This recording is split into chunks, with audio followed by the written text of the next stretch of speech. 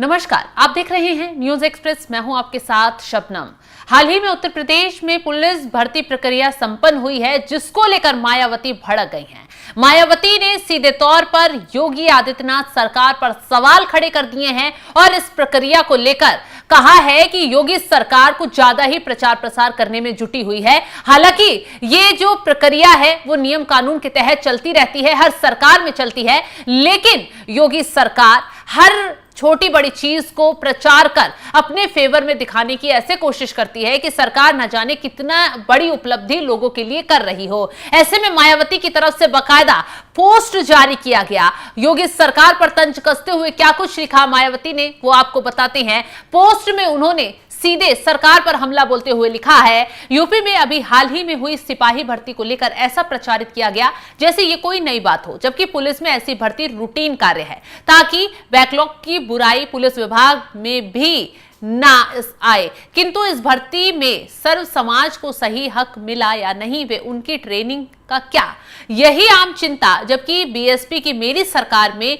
UP में कानून द्वारा कानून का राज का न्याय युक्त माहौल स्थापित करने के लिए एक मुश्त 1,20,000 नए पद सृजित करके पुलिस भर्ती को ईमानदार बनाया गया, जिस शांति व्यवस्था का लाभ बिना भेदभाव के समाज के सभी वर्गों के लोगों को मिला, जिसकी अब काफी कमी है। तो मायावती की तरफ से योगी सरकार के इस फैसले पर, इस जो योगी सरकार की तरफ से नियम कानून लागू किए जा रहे हैं और जितने भी पुलिस भर्ती प्रक्रिया में जो भी चीजें की गई उसको प्रचार प्रसार बीजेपी की तरफ से किया गया, उसको लेकर गुस्सा जाहिर किया। मायावती ने सिलसिलेवार 2 पोस्ट किए बकायदा ट्विटर पर। सरकार जिस तरह से भर्ती को प्रचारित कर रही है उससे लग रहा है कि ये कोई नई बात हो गई हो, और अपने कार्यकाल को भी मायावती ने याद दिलाया है, बताया है कि कैसे जब कोई किसी विभाग में भर्ती होती थी, चाहे वो सिपाही की भर्ती हो या किसी और विभाग में कर्मचारियों की भर्ती हो, तो उसमें पूरे रूटीन को